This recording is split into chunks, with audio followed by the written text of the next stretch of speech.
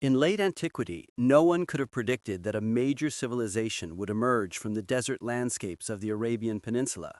But following far-reaching conquests, caliphs and sultans presided over immense empires, spanning periods of great prosperity and devastating catastrophe. This is 1,000 years of Islamic history, focusing on its Middle Eastern heartland. In the 6th century, the Arabian Peninsula was situated between great powers, the Persian Sasanian Empire to the east and the Christian Byzantine Empire to the west. The Arab inhabitants of the peninsula were an ethnic and cultural group consisting primarily of nomadic tribes. Most of them were polytheists, venerating multiple deities. This situation was poised for profound change. Around 570 CE, Muhammad was born in the city of Mecca. According to Islamic belief, he was selected by God to serve as the final prophet in a lineage of prophets, including Abraham, Moses, and Jesus. Muhammad was tasked with spreading monotheism in its authentic form among the Arabs. Tradition holds that the Quran was revealed to the prophet in segments over many years and was subsequently compiled into the central sacred text of Islam. Initially, Muhammad faced persecution, but after relocating to the city of Medina, an event that marks the start of the Islamic calendar, he founded the new religion, solidified the Muslim community, waged wars against idolaters, and unified the Arab tribes into a single Muslim nation. Muhammad died in 632. This presented a time of crisis. Who would assume leadership over the religious, social, political, and military spheres? The issue of rightful leadership would persist as a central theme in the Islamic world for centuries to come. Muhammad's successors established the title of caliph, meaning successor. The first four caliphs, known as the Rashidun or rightly guided caliphs, were selected sequentially based on their connection to the prophet and personal character. They governed for 30 years. During this period, the first Muslim state developed, complete with institutions, taxation, and a bureaucracy. The caliphs conducted military campaigns and in a rapid, enormous process expanded the caliphate from Iran to North Africa. The Byzantine Empire lost extensive territories and the Sasanian Empire collapsed. Muslim tradition regards the Rashidun period as the glory days of Islam. However, this era was marked by severe internal conflicts, and three of the four caliphs were assassinated. In particular, tension mounted around the supporters of Ali ibn Abi Talib, Muhammad's cousin and son-in-law. This group, which became known as the Shias, asserted that Muhammad had designated Ali as his successor, and therefore he and his descendants were the sole legitimate rulers. Conversely, their opponents, who would later be called Sunnis, did not accept this designation. In time, this political disagreement evolved into the biggest religious division in Islam.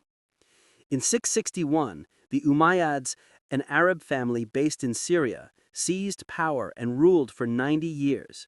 The Islamic capital relocated from the Arabian Peninsula to Damascus. The new authority introduced a new political system, a dynasty, where the position of caliph was inherited from father to son. The Umayyad dynasty led the second major wave of conquests, creating an empire that extended from Central Asia to the Iberian Peninsula. The Muslim defeat by Frankish forces in the Battle of Tours signaled the end of Muslim expansion in the West, preventing the Islamization of Western Europe. The Caliph Abdul Malik worked to centralize authority in Damascus, strengthened the empire's Arab identity, bolstered its administrative structure, and initiated major construction projects, most notably the Dome of the Rock in Jerusalem. But social and political divisions, revolts, and civil wars destabilized the Umayyad Caliphate. In the Battle of Karbala, the Umayyads murdered Ali's son, inflicting a resounding and foundational blow to the Shias. Finally, in the mid-7th century, the various opposition groups organized into a military force that brutally massacred the Umayyad family. In 750, out of the resulting turmoil, the Abbasid dynasty ascended to power. They were a Sunni Arab family who took pride in their lineage tracing back to Abbas, Muhammad's uncle. The period of instability had ended. The rule of the Abbasid caliphs lasted for more than 500 years. Immediately following their rise to power, Muslim forces won the Battle of Talas against the Chinese Empire, concluding the expansion in the east. The Abbasids halted the policy of expansion, turning their focus inward to the construction of the caliphate. They relocated the capital from Damascus to a new city they built, Baghdad. It quickly became recognized as the largest and most prosperous city globally. The caliphate provided a fertile environment for poets, writers, physicians, philosophers, and astronomers. Scientific texts in Greek and other languages were translated into Arabic, forming the foundation for massive original scholarship. Consequently, the Abbasid period is considered the golden age of Islamic civilization. The Abbasid Caliph Harun al-Rashid, known from the tales of Arabian Nights, supported scholars, maintained diplomatic ties with Charlemagne, and even sent an elephant to Europe, causing excitement in the Frankish kingdom. But alongside this flourishing, beginning in the mid-9th century, the Abbasids in Baghdad started to lose control across the empire, as local Muslim dynasties gained power and encroached upon large territories. Gradually, the caliph's political and military power waned, and he became a mere figurehead. Additionally, Arab exclusivity within the caliphate weakened as Persian and Turkic elements gradually rose to prominence. The Islamic story ceased to be exclusively Arab and became a multicultural narrative. In the West, Iberia was never controlled by the Abbasids, but by a surviving branch of the Umayyad dynasty. The Islamic presence in Spain lasted hundreds of years, slowly being driven back by the Christian Reconquista. In the East, various Persian dynasties governed at the expense of the Abbasids. Some of these were the driving force behind a revival of Persian culture, which had suffered a severe blow during the Arab conquest. The Persian language was reborn and adopted the Arabic script. In 945, the Persian Buyid family took control of Baghdad.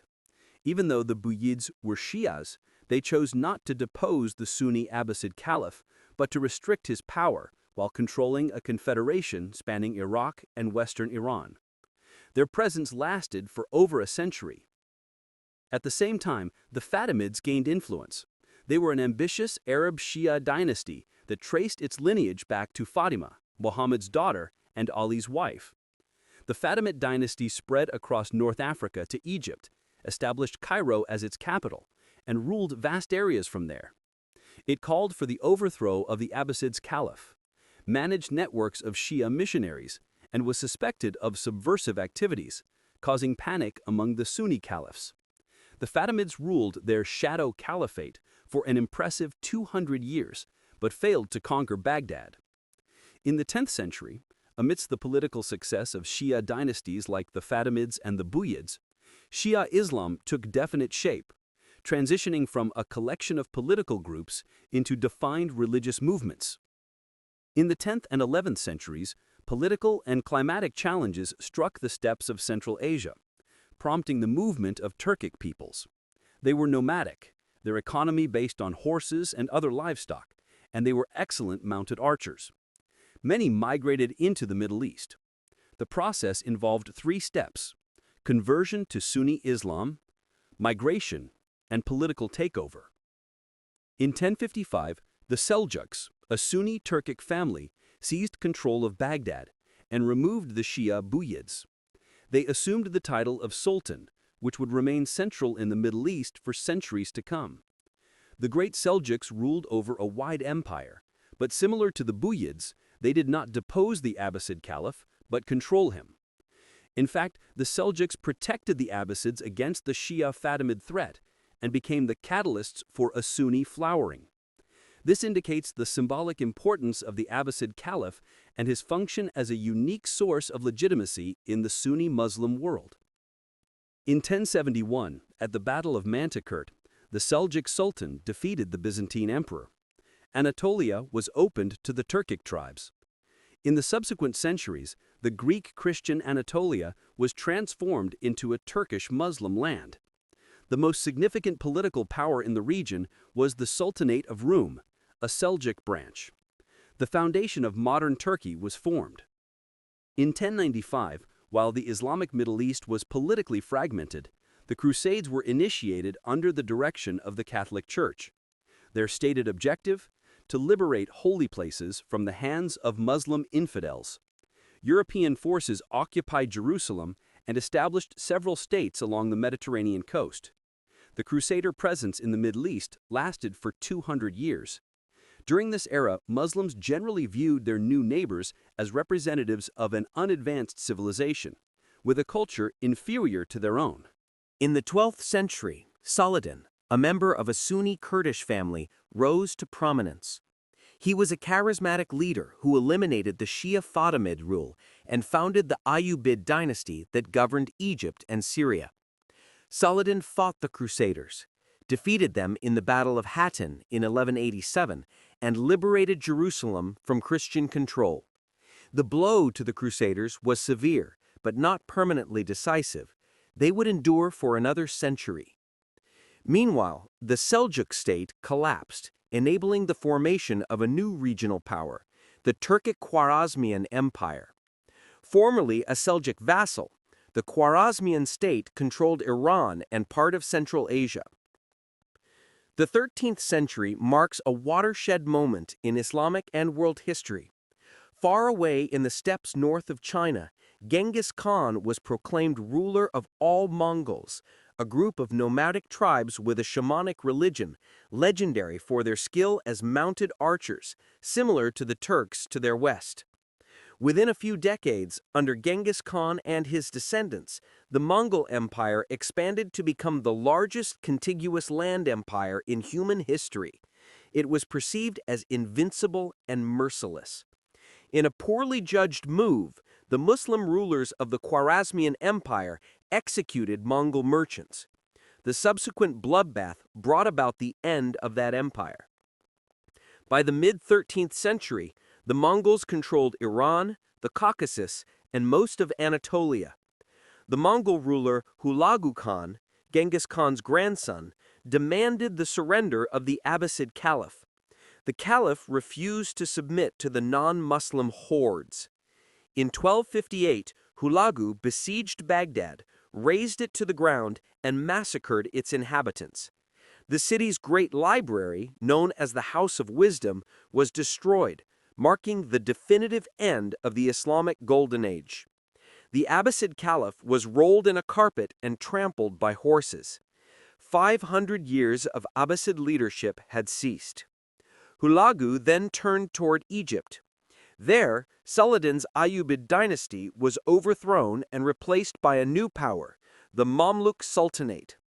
The Mamluks were Turkic slave soldiers brought from the steppes, converted to Islam, and had served as a vital military force for Muslim rulers since the 9th century. In 13th century Ayyubid Egypt, this elite warrior class gained political power, and slaves became masters. In 1260, at the Battle of Ain Jalut, the Mamluks achieved the unprecedented feat of defeating the Mongols and halting their advance. The Mamluk Sultan, Baybars, who was instrumental in repelling the Mongols, also managed to crush the Crusaders, paving the way for their eventual final collapse. This double victory earned the Mamluks the image of the defenders of Islam. This status was further cemented when Baybars re-established the Abbasid Caliphate in Cairo, though it held only a marginal symbolic role. The Mamluks continued to rule for 250 years. By the end of the 13th century, the Mongol Empire fragmented into local Mongol dynasties, led by Genghis Khan's descendants. Some of these dynasties, as well as many of the elites, converted to Islam and adopted Turkic dialects. This was the case with the Ilkhanid dynasty, descendants of Hulagu, who ruled from Anatolia to Iran. The Ilkhanids demonstrated that the Mongols were not merely brutal conquerors, but also agents of economic, cultural, and intellectual prosperity. The Ilkhanid Empire collapsed in the 14th century and was replaced by an empire created by the cruel Turco-Mongol conqueror Timur. The Timurids proved yet again that brutality and cultural flourishing are not mutually exclusive. The empire survived in some form until the end of the 15th century. At the same time, a new power grew in the West. Around 1300, a man named Osman emerged as the leader of a small Turkic Muslim principality in Anatolia. Osman and his successors fought the Byzantine Empire and conquered territories in Anatolia and the Balkans, creating the Ottoman Empire. In 1453, it conquered Constantinople, an event that ended 1,000 years of Byzantine rule, and is sometimes considered to mark the end of the Middle Ages. Constantinople, later Istanbul, became the new Turkish capital. The Ottoman Sultan, Selim the Grim, tripled the size of the empire, utilizing newly invented gunpowder technologies. In 1517, he captured Cairo and executed the last Mamluk sultan. Terminating the Abbasid Caliphate of Cairo, Selim declared himself caliph, the new leader of Sunni Islam. The Ottoman Empire spread over vast territories in the Middle East, North Africa, and southeastern Europe. In the 16th century, two empires formed to its east: the Shia Safavid Empire, which is regarded as the foundation of modern Iran, and the Mughal Empire, which ruled India. These three Islamic powers, known as the Gunpowder Empires, were strong and stable in the early modern period. The Ottoman Empire, the last caliphate in Islamic history, survived for 600 years, falling only in the 20th century following the First World War.